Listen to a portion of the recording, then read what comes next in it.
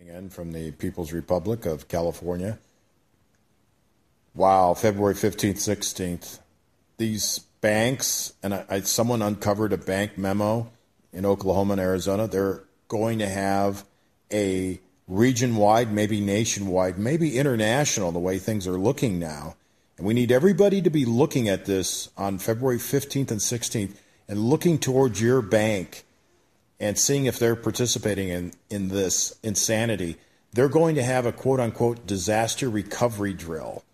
And during this drill, people are not going to have access to their bank accounts. No electronic banking, no ATM withdrawals, no debit cards for this test. And they're telling their customers now, hey, guys, there's a test coming up on the 15th and the 16th. You know, we want to be ready in case there's a cyber attack or there's a cyber warfare event.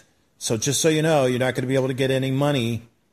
Now, the person that discovered this, it seems like somebody in Oklahoma and Arizona slipped up and let this out because SWIFT, which is an international network, which does mega gigantic money transfers, like billions of dollars between banks. They're the big kahuna pipeline of the currency transfers. SWIFT is participating in this as well. And there's also some banks in New Zealand that are participating in this. So something weird, it doesn't smell right on the 15th and the 16th. It smells a lot like grease. And if you remember, the government went in, froze all the accounts, went on bank holiday with everybody's money, and said, we're going to take 10% of your money and put it into the national debt. And turned out a few weeks went by and it was 40% of all their money. So anytime a bank says you can't have access to your money, I get worried, and I think we need to be vigilant, and we can overreact and maybe be blamed that we're overzealous and militant about our money, but you're damn Service right. disruption notice, and I'll read it to you. Recent national disasters such as the Moore tornado, flooding in Colorado, and Hurricane Sandy have demonstrated to all of us in the banking industry the need to be prepared for unforeseen events. Accordingly, Bank of Albuquerque will be performing a disaster preparedness drill that may impact the availability of some banking systems, including mobile banking, online banking, and more. The drill will begin at 7 p.m. Mountain Time on Saturday, February 15th, and run throughout Sunday, February 16th. Our ATM network will be fully operational all weekend for deposits, bank inquiries, and cash withdrawals. Express Bank will also be available, but will have limited functionality and will likely experience higher than normal call volumes and extended wait times over the course of the weekend. To minimize the impact to you the weekend of the drill, consider making any transfers, deposits, or online bill payments earlier in the week before the drill begins. Throughout the drill, we will be posting updates on Facebook, Twitter, and encourage you to follow us there to stay informed and up to date. This drill is part of our ongoing disaster preparedness efforts to make sure that Bank of Albuquerque is ready to face the worst of what nature has to offer.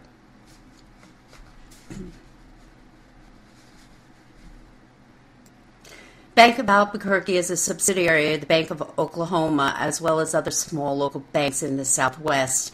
And if you go to Bank of Oklahoma website, you see the drill posted right here for February 15th and 16th. I'd also found posts on various other blog sites involving other banks involved, but these posts have been taken down and the URL page could not be found. It may or may not be relevant, but the Reserve Bank of New Zealand is also running a drill, a maintenance window drill, on these same dates. And it says the maintenance window occurs on Saturday or Sunday and covers the work to the network, SWIFT, power, building, etc. SWIFT, the international banking facility used by the global currency. News all this month, and now February 15th and 16th, the banks are running a cyber preparedness drill, or is it setting the stage for another false flag? If any of you out there have received notifications from your bank of these banking preparedness drills, please post them in the comments section of this video. And in 2008, we should have collapsed. We should have gone the way of Greece. The only reason why we didn't was because the global elite and the banking cartels put it off on the Eurozone and collapsed the Eurozone in order to gain sovereign debt. Sovereign debt is when you actually own the physical land.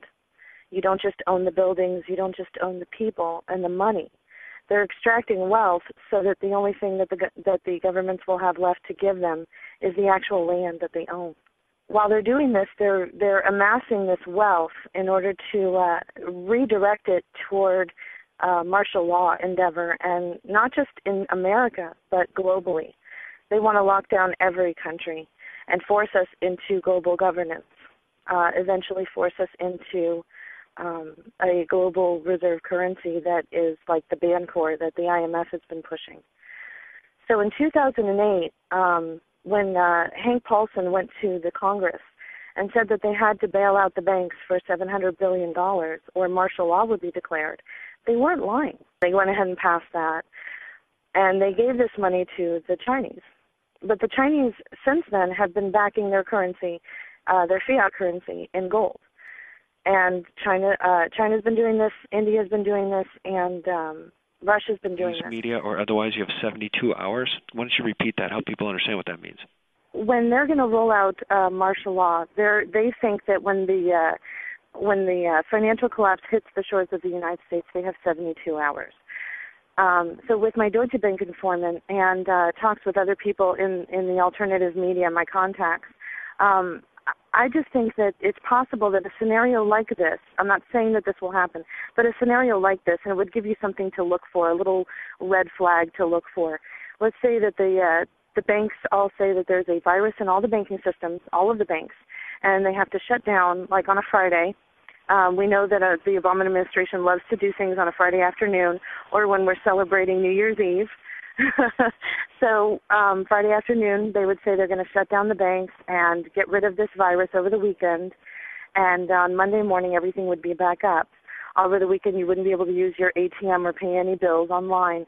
But everything will be fine on Monday morning. That is your red flag. You have 72 hours from that moment to do whatever you were planning on doing, get to wherever you were planning on getting to, hunker down whatever you were planning on hunkering down, because they're going to unroll martial law in 72 hours from that moment, whatever scenario they intend to unroll. And I believe that it has to do with the banks, because they're stealing money from us left and right. In fact, I've gotten reports from insiders that they're taking money out of private checking accounts.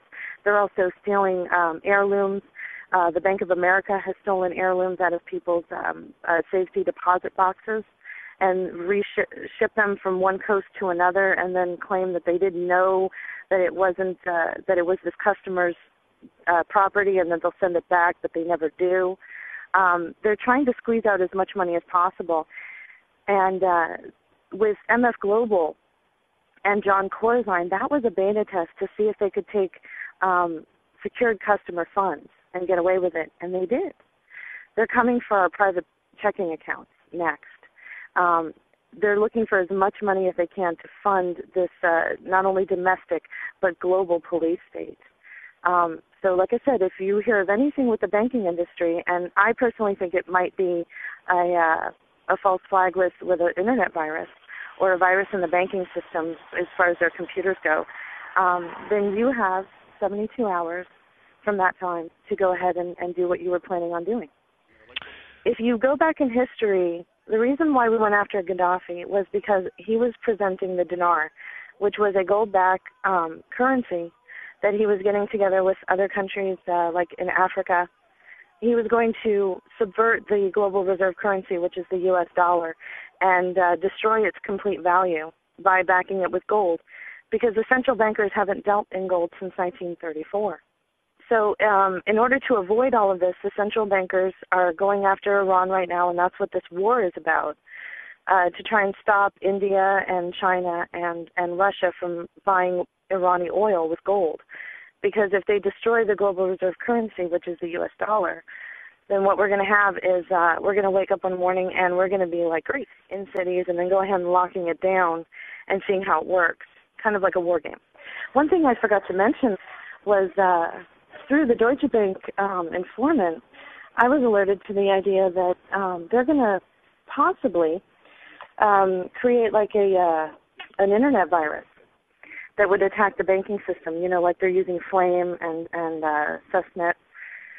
And there's a new cousin of these two that is going around Iran. Mm-hmm. And what they would do was, on a Friday afternoon, they would say, well, we have to shut down the banking system because there's a virus in all the banks. You won't be able to use your ATMs over the weekend, but on Monday morning you'll be fine.